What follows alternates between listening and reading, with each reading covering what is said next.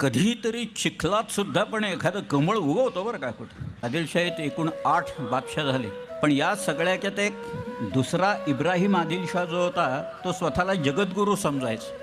हा जो दुसरा इब्राहिम होता तो स्वतःला सरस्वती आणखी गणपतीचा पुत्र समजायचा. बघा आता मी म्हणतोय चिखलात कमळ कसं असतं ते.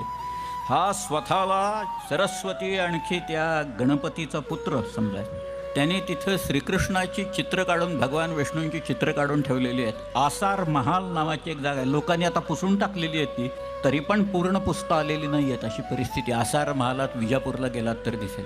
ह्याच्या पत्राची सुरुवात, फरमानाची सुरुवात किंवा फरमानाच्या पुढच्या दुसऱ्या तिसऱ्या ओळीत काय असेल.